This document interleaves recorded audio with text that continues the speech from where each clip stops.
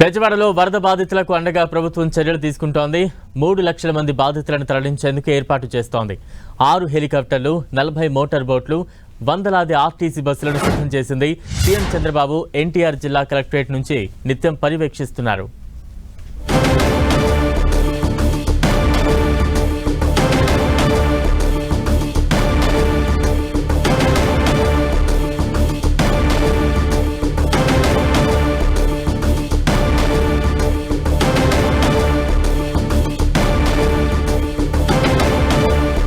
వరద బాధితులకు అందుతున్న సహాయ సహకారాలపై ఏపీ సీఎం చంద్రబాబు క్షణక్షణానికి అప్డేట్స్ తెలుసుకుంటూ ఉన్నారు. సమీక్ష సమావేశాలు నిర్వహిస్తున్నారు. తాజా అప్డేట్స్ అందించేందుకు ప్రతినిధి జయరాజ్ సిద్ధంగా ఉన్నారు. జయరాజ్, బలరాం, ఇదొక మహా విపత్తు. గడిచిన 50 సంవత్సరాల కాలంలో బెజవాడ నగరవాసులు ఎలాంటి విపత్తును ఎప్పుడు కూడా చూసినటువంటి పరిస్థితి లేదు. కృష్ణానది పరివాహక ప్రాంతంలో ఎక్కడా కూడా ఈ రకమైనటువంటి విపత్తు ఇప్పటి వరకు చూడలేదు. బెజవాడ నగరం దాదాపు 2 రోజుల పాటు పూర్తి స్థాయిలో నీట మునగటం, ఒకవైపు కృష్ణానది పొంగి ప్రవహించేటటువంటి వాతావరణం, దాదాపు 12 లక్షల క్యూసెక్లకు పైగా కృష్ణానదికి వరద వచ్చినటువంటి నేపథ్యంలో వరద గేటుల దగ్గర ప్రవహిస్తూనే ఒట్టి విజయవాడ నగరానికి కూడా పొంగి ప్రవహించేటటువంటి ఒక అసాధారణమైన పరిస్థితులు ఈరోజు విజయవాడ నగరవాసులు చవిచూస్తున్నటువంటి పరిస్థితి. అనుక్షణం భయంగా ఉంది. అయితే ఎవరు ఎక్కడున్నారో తెలియనటువంటి పరిస్థితి. అటు సింగనగరు, పాయకాపురం, కండ్రిక, గొల్లపూడి తదితర ప్రాంతాల్లో ఉన్నటువంటి ప్రజలు అసలు ఎక్కడున్నారు, ఏమైపోయారు అనేటటువంటి తెలియక అయోమయమైన స్థితిలో ఈరోజు ఆందోళనకరమైన పరిస్థితులు వారి బంధువులు కానీ తల్లిదండ్రులు కానీ ఉన్నటువంటి వాతావరణంలో ముఖ్యమంత్రి నారా చంద్రబాబు నాయుడు నిన్న ఈరోజు కూడా విసుగు విరామం లేకుండా క్షణక్షణం ఆయన మొత్తం వరద ప్రభావిత ప్రాంతాల్లో ఆయన దాదాపు ఈ ఒక్కరోజే 4 గంటల పాటు వరదల్లో ఆయన క్షేత్రస్థాయికి వెళ్ళారు, పర్యటన చేశారు, బాధితుల బాగోగుల గురించి తెలుసుకున్నారు. పూర్తి స్థాయిలో అండగా ఉంటాము, ఒక 8 గంటలు 10 గంటల సమయం ఇస్తే పరిస్థితి అంతా చక్కదిద్దుతామని చెప్పేసి బాధితులకి మనోధైర్యం కల్పించినటువంటి పరిస్థితి. మరొకవైపు దీనికి సంబంధించిన వరద ప్రభావిత ప్రాంతాల్లో ఉన్నటువంటి వాతావరణాన్ని మొత్తం అందరితో అధికారులతో ఇప్పటికి 4 సార్లు సమీక్ష చేశారు. ఆయా ప్రాంతాల్లో ఎన్డీఆర్ఎఫ్ బృందాలు, ఎస్డీఆర్ఎఫ్ బృందాలన్నీ కూడా వెళ్ళినటువంటి పరిస్థితి ఉంది. మొత్తం 6 హెలికాప్టర్లు, దాదాపు 40కి పైగా మెకానిక్ మోటార్ బోట్స్ కూడా ఆ ప్రాంతానికి వెళ్ళి వారందరూ కూడా సురక్షితమైన ప్రాంతాలకు తరలించేటటువంటి పరిస్థితి ఉంది. దాదాపు 67 ఒక్క విజయవాడ నగరంలోనే 67 షెల్టర్ను ఏర్పాటు చేశారు. 1156 మందిని ఆయా ప్రాంతాల నుంచి తరలించారు. అయితే కొన్ని ప్రాంతాలకి బోట్లు వెళ్ళే పరిస్థితి కూడా లేకపోవడంతో అక్కడ గజ్జి ఎత్తగాళ్లను రప్పించారు. ఆయా ప్రాంతాల్లో హెలికాప్టర్ల ద్వారా సురక్షితమైన ప్రాంతాలకు తరలించడానికి ప్రభుత్వం ఏర్పాట్లన్నీ కూడా పూర్తి చేసింది. ఇక్కడ కృష్ణా ఎన్టీఆర్ జిల్లా కలెక్టరేట్ దగ్గర నుంచి ముఖ్యమంత్రి పర్యవేక్షణ చేస్తున్నటువంటి పరిస్థితి ఉంది. ఇక్కడ మనం చూస్తే అన్ని ప్రాంతాలకి, వరద ప్రభావిత ప్రాంతాలకు కావాల్సినటువంటి మందులు, అదేవిధంగా మంచినీళ్లు, అదేవిధంగా మొత్తం ఆహార సరఫరా, మిగతా అన్ని కూడా ఎక్కడి నుంచి వెళ్ళటానికి కావాల్సినటువంటి బస్సులు కూడా, అదేవిధంగా ప్రైవేటు వాహనాలు కానీ, ఎస్డీఆర్ఎఫ్ బృందాలు కానీ ఎక్కడి నుంచి మొత్తం కూడా ఆయా ప్రాంతాలకు తరలించడానికి ఏర్పాట్లన్నీ కూడా పూర్తి చేసినటువంటి పరిస్థితి. గంటకు కూడా ముఖ్యమంత్రి ఉన్నతాధికారులతో సమీక్ష చేస్తూ ఉన్నారు. ఆయా ప్రభావిత ప్రాంతాలకు ఆయన స్వయంగా క్షేత్రస్థాయికి వెళ్ళి వస్తూ ఉన్నారు. ఆ బుడమేరు ప్రభావిత ప్రాంతంలో పరిస్థితి ఎలా ఉందనేటటువంటి అంశానికి సంబంధించి కూడా పూర్తి స్థాయిలో ఈరోజు ముఖ్యమంత్రి స్వయంగా తెలుసుకునేటటువంటి వాతావరణం ఉంది. ఇప్పటి వరకు కూడా ఆయా ప్రాంతాల్లో, ప్రభావిత ప్రాంతాల్లో ఏ విధమైన సహాయ సహకారాలు అందుతూ ఉన్నాయి, అక్కడ ఉన్నటువంటి పరిస్థితులు ఏ విధంగా ఉన్నాయి తెలుసుకునేటటువంటి అంశం గురించి కూడా ముఖ్యమంత్రి స్వయంగా ఆరా తీస్తున్నటువంటి వాతావరణం ఉంది. మొత్తం మీద ఎన్టీఆర్ జిల్లా కలెక్టరేట్ నుంచి ముఖ్యమంత్రి ఇదే కలెక్టరేట్నే సచివాలయంగా చేసుకున్నారు. కలెక్టరేట్ నుంచే మొత్తం చీఫ్ సెక్రటరీ దగ్గర నుంచి ఉన్నతాధికారులు, జిల్లా యంత్రాంగం అంతా కూడా ఇదే ప్రాంతం నుంచి పర్యవేక్షణ జరుగుతూ ఉంది, పరిపాలన జరుగుతూ ఉంది. ఎక్కడ ఏ విధమైనటువంటి ఇబ్బందికరమైన పరిస్థితులు తలెత్తకుండా అన్ని రకాల చర్యలు తీసుకుంటామని ముఖ్యమంత్రి చెబుతున్నప్పుడు కూడా వివిధ శాఖల మధ్య సమన్వయం లోపించినట్టుగా స్పష్టంగా కనిపిస్తూ ఉంది. ఆయా శాఖలు ఇక్కడికి వచ్చి ఇక్కడ చూస్తే మనం పాల ప్యాకెట్లు ఉన్నాయి, మంచినీళ్ళ ప్యాకెట్లు ఉన్నాయి, అదేవిధంగా వాటర్ బాటిల్స్ ఉన్నాయి, మందులు ఉన్నాయి, దాదాపు ఉదయం నుంచి వచ్చినటువంటి వాహనాలన్నీ కూడా వీటిని ఏ ప్రాంతానికి పంపించాలి, వీటిని ఎక్కడికి పంపించాలి అనేటటువంటి ఒక అధికారుల మధ్య సమన్వయం లోపం వల్ల ఉదయం నుంచి కూడా ఈ వాహనాలన్నీ కూడా ఇక్కడే ఉన్నటువంటి వాతావరణం. ఒకవైపు అటు సింగనగరు, పాయకాపురం, కండ్రిక, గుణదల, అదేవిధంగా అటు కృష్ణలంక, మొత్తం అటు గొల్లపూడి తదితర ప్రాంతాల్లో ప్రజలు ఆకలితో అలమటిస్తూ మంచినీళ్ళు లేవు, మంచినీళ్ళైనా ఇప్పించండి అని చెప్పేసి అడిగి అభ్యర్థన చేస్తున్నటువంటి నేపథ్యంలో ఇక్కడైతే మొత్తం వెహికల్స్ అన్ని ఇక్కడే ఉన్నటువంటి పరిస్థితి ఉంది. ఇక్కడ నుంచి సమన్వయం అధికారుల మధ్య, వివిధ శాఖల మధ్య సమన్వయం లేకపోవటం వల్ల వచ్చిన మంచినీళ్ళ ట్యాంకర్స్ అన్నీ కూడా ఇక్కడే ఉన్నాయి. అదేవిధంగా వచ్చినటువంటి ఆహారకు సంబంధించినటువంటి ట్యాంకులన్నీ కూడా, ఆ వాహనాలన్నీ కూడా ఇక్కడే ఉన్నాయి. ఆయా ప్రాంతాల్లో ప్రజలను తరలించడానికి కావాల్సినటువంటి ప్రైవేటు వాహనాలు, ఆర్టీసీ బస్సులు అన్నీ కూడా ఇక్కడే ఉన్నటువంటి పరిస్థితుల్లో మొత్తం మీద వివిధ శాఖల మధ్య సమన్వయం పూర్తి స్థాయిలో లోపించిందని చెప్పడానికి ఒక ప్రత్యక్షమైనటువంటి నిదర్శనంగా చెప్పుకోవచ్చు.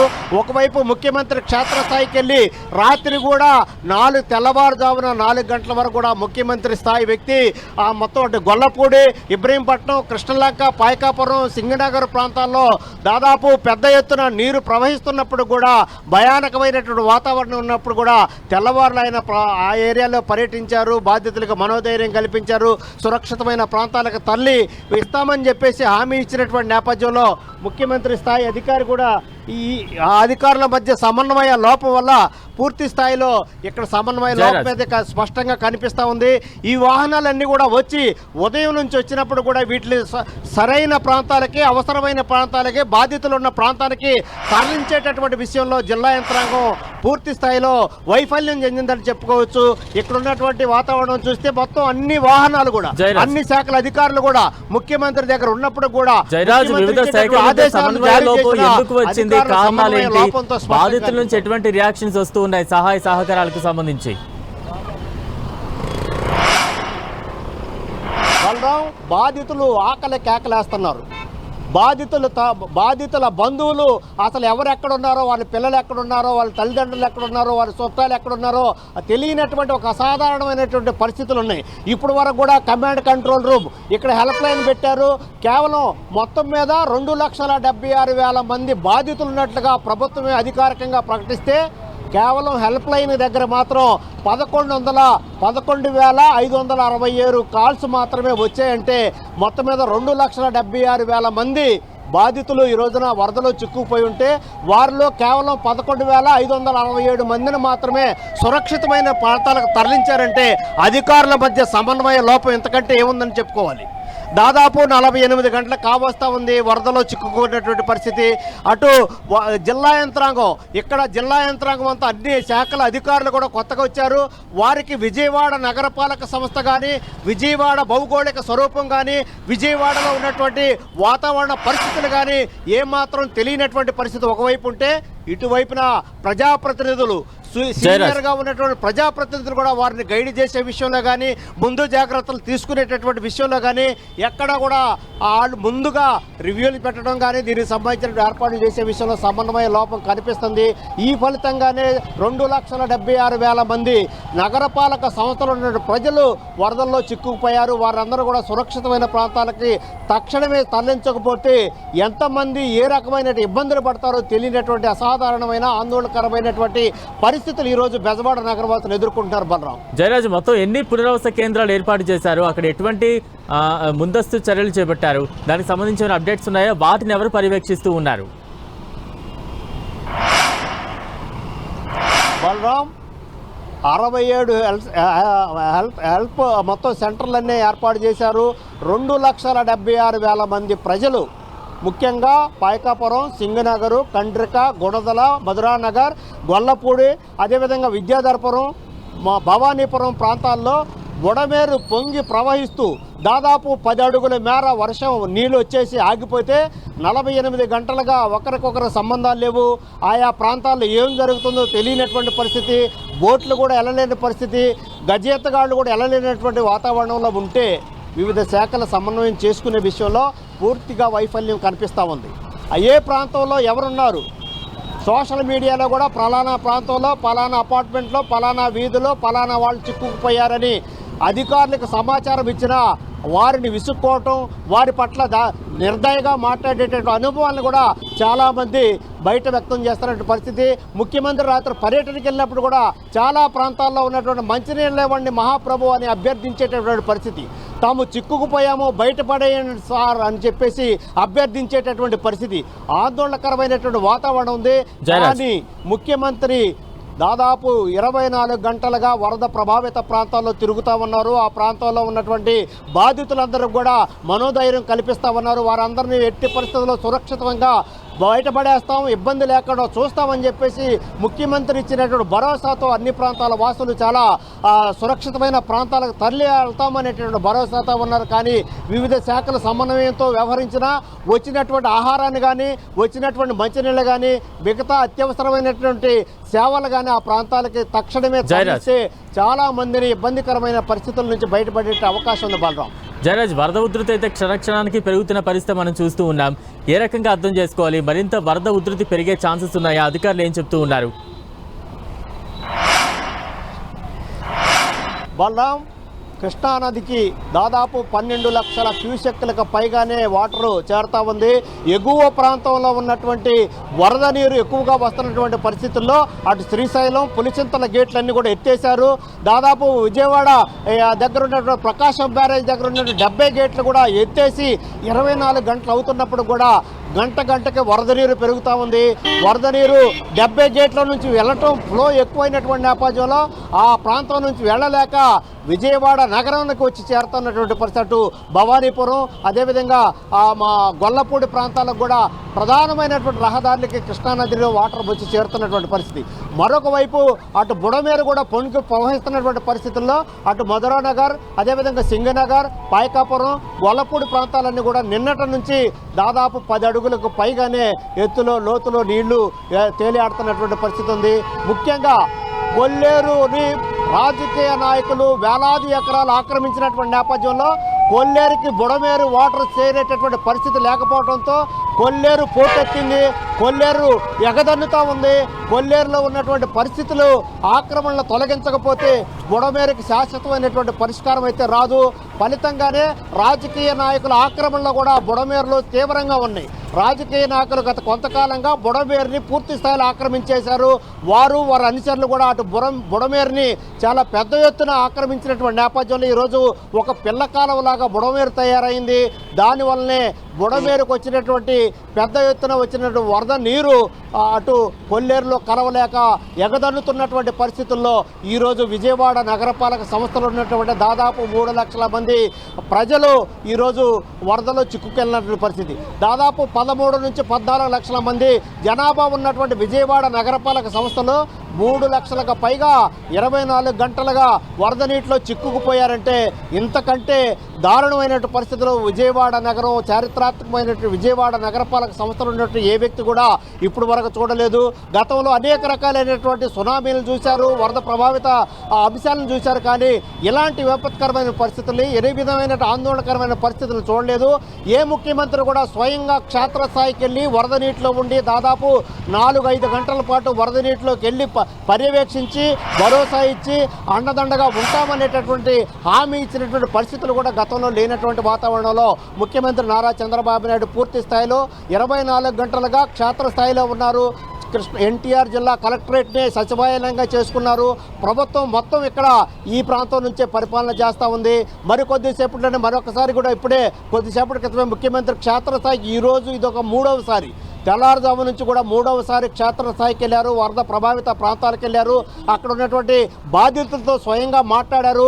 అన్ని రకాల చర్యలు తీసుకుంటాము, అన్ని రకాల అండదండగా ఉంటాము, ఎక్కడ ఏ వ్యక్తికి కూడా ఇబ్బంది రాకుండా చూస్తామని చెప్పేసి ముఖ్యమంత్రి ఇచ్చినటువంటి హామీ నేపథ్యంలో అధికార యంత్రాంగం ఇప్పుడే కదులుతూ ఉంది.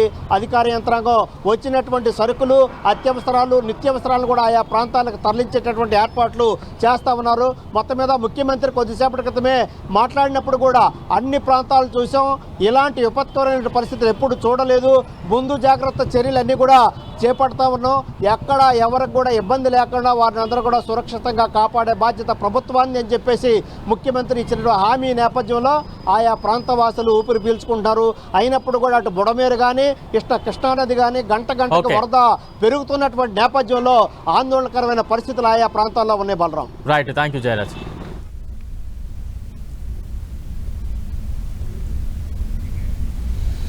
ప్రకాశం బ్యారేజ్పై రాకపోకలను నిలిపివేశారు అధికారులు. దీంతో రాజధాని ప్రాంతంలోని గ్రామాలకు వెళ్లేవారు తీవ్ర ఇబ్బందులు పడుతున్నారు.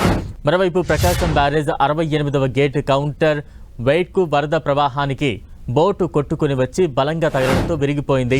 అంతేకాక మరో 3 బోట్లు కొట్టుకు వచ్చి 67 గేటు నెంబర్ను తగిలై వరద ప్రవాహ వేగం తగ్గేంత వరకు 68వ గేటు కౌంటర్ వెయిట్కు మరమ్మతులు చేసేందుకు వీలు పడదని ఇంజనీరింగ్ అధికారులు స్పష్టం చేస్తున్నారు.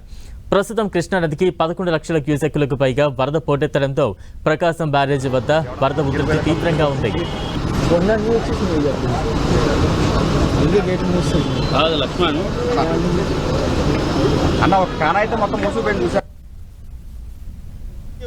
వేగంగా వచ్చి తగలడంతో ఈ కౌంటర్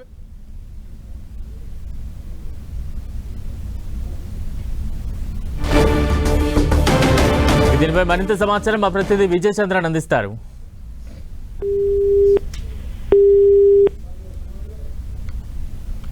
ప్రకాశం బ్యారేజ్ వద్ద వరద ఉధృతి తీవ్రంగా ఉంది. అంతేకాకుండా 68వ నెంబర్ గేటు వద్ద కౌంటర్ వెయిట్ ఒక బోటు వేగంగా వచ్చి ఢీకొనడంతో అది డ్యామేజ్ అయిన నేపథ్యంలో ఇక్కడ రాకపోకలన్నింటినీ కూడాను అధికార యంత్రాంగం బంద్ చేయడం జరిగింది. ఈ ప్రకాశం బ్యారేజ్ నుంచి వచ్చేటువంటి వాహనాలన్నింటినీ కూడాను ఆపివేశారు. అంతేకాకుండా సందర్శకులు ఎవరినే కానీ ఈ ప్రకాశం బ్యారేజ్ మీదకి రాకుండా పోలీస్ యంత్రాంగం చర్యలు తీసుకోవడం జరిగింది. ఇక్కడ రద్దీగా ఉన్నటువంటి ఈ ప్రకాశం బ్యారేజ్ ఇప్పుడు చూస్తే కనుక నిర్మానుష్యంగా ఉంది. ప్రకాశం బ్యారేజీకి అక్కడ బ్యారికేడ్లను ఏర్పాటు చేసి సందర్శకులు ఎవరే కానీ ఈ ప్రాంతంలోనికి రాకుండా పోలీస్ యంత్రాంగము చర్యలు తీసుకోవడం జరిగింది. ఈ నేపథ్యంలో ప్రకాశం బ్యారేజీ మొత్తం చూస్తే కనుక నిర్మానుష్యంగా కనపడుతూ ఉంది. కొంతమంది అధికారులు మాత్రమే ఇక్కడికి రావడం జరుగుతూ ఉంది. పోలీస్ యంత్రాంగము ఇక్కడ ఎవరినే కానీ ఈ పరిసర ప్రాంతాల్లోని కూడా రాకోకుండా గట్టి చర్యలు తీసుకుంటా ఉంది. అంతేకాకుండా మనం ఇక్కడ విజువల్లో మనం ఒకసారి చూడొచ్చు. ప్రకాశం బ్యారేజ్కి సంబంధించినటువంటి ఈ 68వ నెంబరు గేట్ ఇది. ఈ 68వ నెంబర్ గేటుకు సంబంధించినటువంటి ఈ కౌంటర్ వెయిట్ ఏదైతే ఉందో ఈ కౌంటర్ వెయిట్ దెబ్బతిన్నందువల్ల ఇక్కడ ఈ బోట్ ఏదైతే ఉందో ఈ బోటు వచ్చి వేగంగా ఈ కౌంటర్ వెయిట్ను ఢీకొనడం జరిగింది. దీంతో ఇది 2 ముక్కలు కావడం జరిగింది. ఇది 2 ముక్కలు కావడంతో పాటు ఇక్కడ మనం విజువల్లో చూడొచ్చు. ఇది వేగంగా వచ్చి ప్రకాశం బ్యారేజీని ఢీకొనడం జరిగింది. దీంతో ప్రకాశం బ్యారేజ్ కూడా ఈ కౌంటర్ వెయిట్కి సంబంధించినటువంటి ఒక దిమ్మె ఇక్కడ మనం విజువల్లో చూడొచ్చు. ప్రకాశం బ్యారేజ్ సంబంధించినటువంటి దిమ్మె ఈ ప్రకాశం బ్యారేజీని ఢీకొనడం జరిగింది. ఈ రోడ్డు కూడా డ్యామేజ్ అయ్యేటువంటి పరిస్థితి. ఒకవేళ ఇంకా వేగంగా వచ్చి ఈ దిమ్మె ఈ బ్రిడ్జిని కొట్టుకొని ఉండింటే ఈ బ్రిడ్జి కూడా దెబ్బతినే అవకాశం ఖచ్చితంగా ఉండేది. ఈ నేపథ్యంలో ఎందుకైనా మంచిదన్నటువంటి ఉద్దేశంతో అధికార యంత్రాంగము ఈ ప్రకాశం బ్యారేజ్ మీదకి వాహనాలను ఏవే కానీ అలౌ చేయకోకుండా చర్యలు తీసుకోవడం జరిగింది. అంతేకాకుండా ఈ పరిసర ప్రాంతాల్లో సందర్శకులు వచ్చి ఎక్కువగా ఇక్కడ నిలబడి ఫోటోలు విజువల్స్ తీసుకుంటున్నాము, సెల్ఫీలు తీసుకుంటున్న నేపథ్యంలో ఎక్కడే కానీ వీరెవరే కానీ ఇక్కడికి రాకోకుండా అధికార యంత్రాంగం జాగ్రత్తలు తీసుకోవడం జరిగింది. మొత్తంగా ఈ ఏరియా అంతటి కూడాను పోలీస్ యంత్రాంగము ప్రస్తుతానికైతే కనుక ఎవరిని అలౌ చేయకోకుండా ఉండడం జరిగింది. తర్వాత అధికారులు వచ్చి ఈ బ్యారేజ్ యొక్క పరిస్థితిని, తర్వాత ఈ రోడ్డు యొక్క పరిస్థితిని వీటన్నింటినీ పరిశీలించిన తర్వాత సందర్శకులను వాహనాలను అనుమతించే అవకాశం ఉంది. కెమెరామెన్ సునీల్తో విజయ్ చంద్రన్, ప్రకాశం బ్యారేజ్ వద్ద నుంచి.